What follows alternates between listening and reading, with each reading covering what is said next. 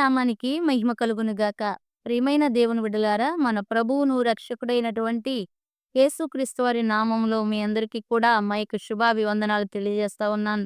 ప్రియమైన వారలారా, మరి మన ఆదికాండము 4వ అధ్యాయాన్ని మనం గమనించినట్లయితే అక్కడ మరి కయ్యోను, హేబెలు గురించి మనందరికీ కూడా తెలుసు.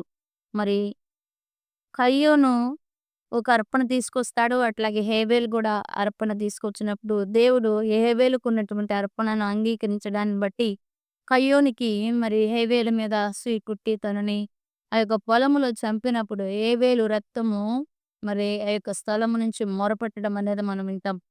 కానీ ఆ యొక్క తర్వాత హేబెలు చనిపోయిన తరువాత దేవుడు హేబెలుకు మారుగా మరొక బిడ్డని మరి హవ్వకు దయచేసినట్లుగా మనం చూస్తాం. అది 4 అధ్యాయము 26 వచనంలో ఆ మాట ఉంటది. కయీను చంపిన హేబెలుకు ప్రతిగా దేవుడు నాకు మరియొక సంతానమును నియమించననుకుని అతనికి షేతు అని పేరు పెట్టెను.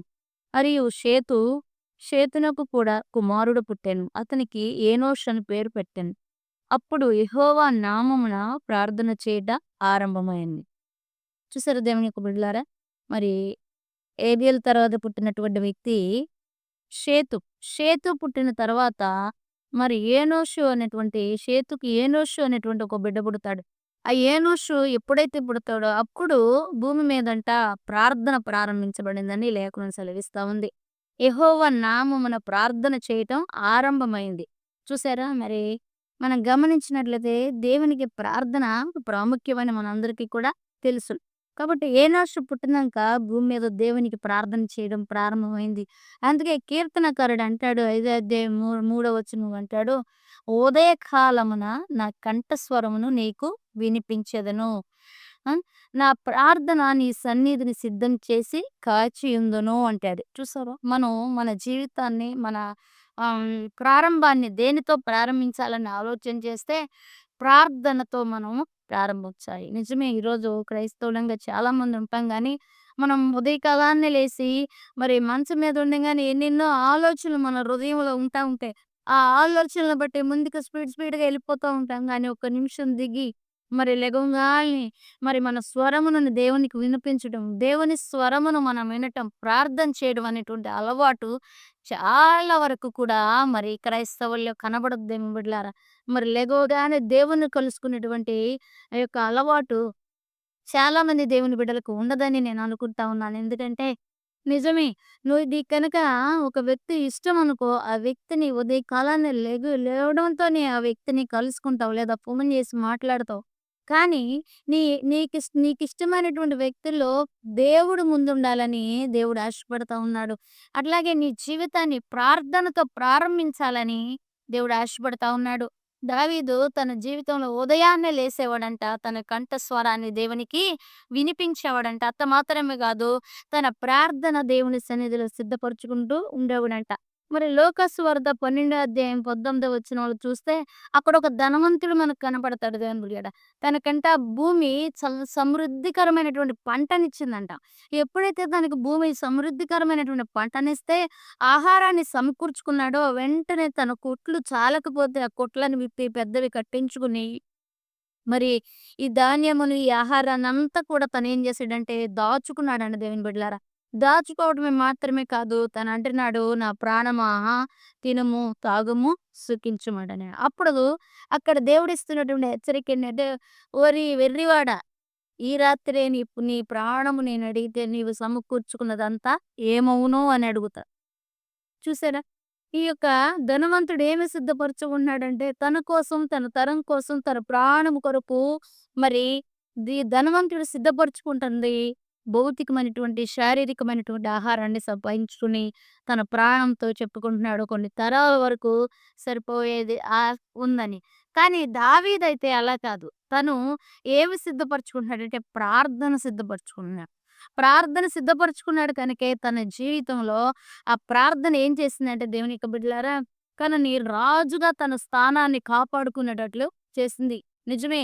ఎంతో కుట్రలు రాజుగా తనకు దేవుడొక ఆశీర్వదించి ఒక స్థానం ఇస్తే, ఆ స్థానాన్ని దొంగిలించడానికి తన బిడ్డల్లో మరి అబ్షాలోము అనేవాడు, అదోనియా అనేవాడు ఈళ్ళందరూ కూడా ఎంతెంతో కుట్రలు చేసినప్పటికి కూడా మరి రాజు తన సమయం వచ్చేంత వరకు దేవుడు తన చిత్తంలో తన కాలం ఎంతవరకుందో అంతవరకు కూడా తన యొక్క స్థానాన్ని స్థిరపరిచినట్లుగా మనం చూస్తా ఉంటాం. కారణం ఏంటంటే తన జీవితం ప్రార్థనతో ప్రారంభించేవాడు. తన జీవితాన్ని ప్రార్థనతో ముగించేవాడు. ప్రతిరోజు కూడా మీరు జ్ఞాపకం ఉంచుకోవాల్సినటువంటి విషయం ఏంటంటే, ఉదయాన్నే మీ జీవితం ప్రార్థనతో ప్రారంభించబడాలి. ప్రార్థనతో ముగించబడాలి. అప్పుడు ఆ దినమంతయు కూడా తగిన జ్ఞానం, సమయోచితమైన జ్ఞానాన్ని దేవుడు మీకు అనుగ్రహిస్తాడు. అందుకే అంటాడు కదా! సమయోచితమైన జ్ఞానము బంగారు ప్లేట్‌లో పెట్టినటువంటి పండ్ల వంటిదని దేవుడు మాట్లాడుతా ఉంటాడు.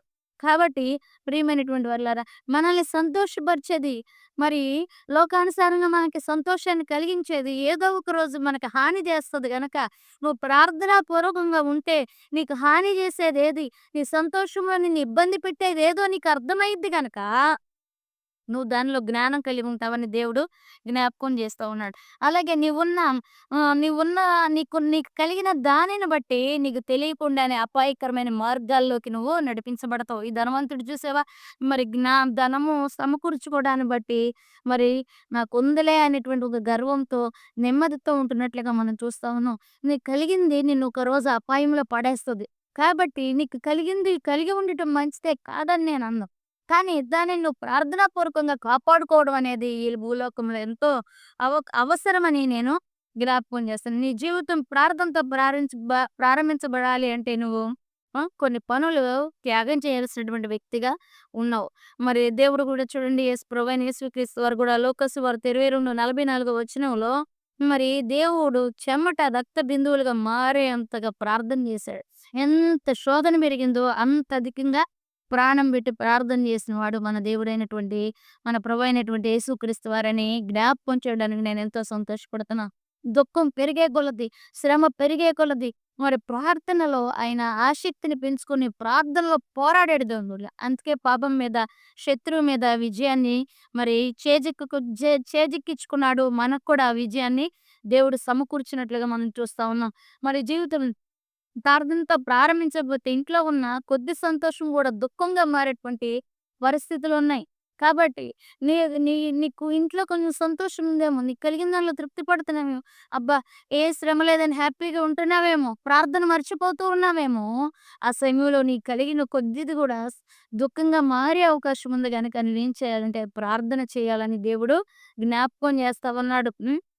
అందుకే లోకాసువార్త 22:46లో గూడా దేవుడంటాడు, శిష్యులతో శోధనలోకి వెళ్ళకుండా ప్రార్థన చేయండి. శోధనలో ప్రవేశించకుండా ప్రార్థన చేయండి అని దేవుడు మరి వారికి హెచ్చరించినట్లుగా చూస్తా ఉన్నాం. సమస్యలున్న వారి కొరకు యేసయ్య నిలబడేటువంటి కప్పంజరం. నిజమే నీకు పాపం అనే సమస్య, ఆ పాపం నుండి బయటికి రాలేని స్థితి, మరణము, నిత్య నరకము అట్లాంటి స్థితిలో ఉన్న నీ సమస్య కొరకు దేవాది దేవుడు తనను తాను రిక్తునిగా చేసుకొని భూమి మీదకి దిగి వచ్చి నీ పాపానికి నీకు ముందు నిలబడి నీ సమస్యను పోగొట్టినటువంటి వ్యక్తిగా మరి దేవుడు కనబడతా ఉన్నాడు. కాబట్టి దేవుని యొక్క బిడ్డలారా, నీ జీవితం దేనితో ప్రారంభించబడాలంటే ప్రార్థనతో ప్రారంభించబడాలి.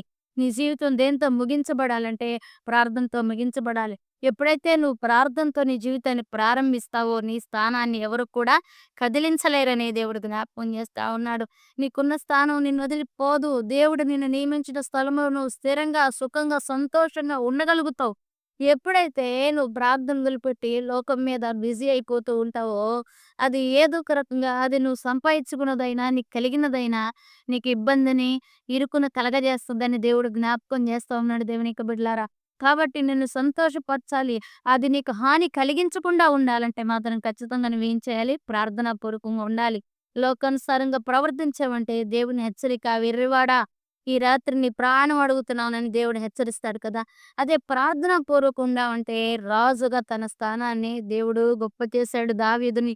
అన్ని అపాయాల్లో నుంచి కూడా దేవుడు సురక్షితంగా కాపాడినట్లుగా మనం చూస్తా ఉన్నాం. కాబట్టి ఈరోజు ప్రాముఖ్యంగా మనం నేర్చుకున్నామంటే భూమి మీద దేవుని నామము ఏనోషు పుట్టిన తర్వాత, ఏనోషు పుట్టినంక యేసయ్య యెహోవా నామమున ప్రార్థన చేయడం ప్రారంభించబడింది. ఆ ప్రార్థన ఇప్పటికి కూడా కొనసాగుతూ ఉంది. కాబట్టి ప్రారంభం ప్రార్థన అనేది చాలా ప్రాముఖ్యమైనదని మరి ఈరోజు ఈ సందర్భంగా తెలియజేయడానికి నేను ఇష్టపడతా ఉన్నాను. కాబట్టి ఉదయాన్నే లేవగానే ప్రార్థన చేసుకోలేని స్థితిలో ఉన్నావా? ప్రార్థన చేసుకొని ప్రారంభించు నీ జీవితంలో.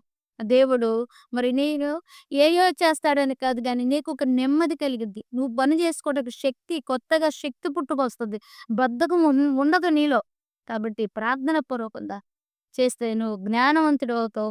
జ్ఞానం కలిగి నీ పనులు చేయడం వల్ల నువ్వు ఒకానొక దినమున ఆశీర్వాదంలోకి, ఘనతలోకి, మెప్పులోకి వెళ్తావని దేవుడు జ్ఞాపకం చేస్తా ఉన్నాడు. కాబట్టి ప్రియమైన వారలారా, మరి ఆ రీతిగా మనం మన జీవితాన్ని ప్రార్థనతో ప్రారంభించి, ప్రార్థనతో ముగించాలని ప్రభు పేరిట తెలియజేస్తూ ఉన్నాను. ఇట్టి మాటలు ప్రభు మన వినికిడిలో దీవించి, ఆశీర్వదించి బలపరచును గాక. ఆమేన్. God bless you.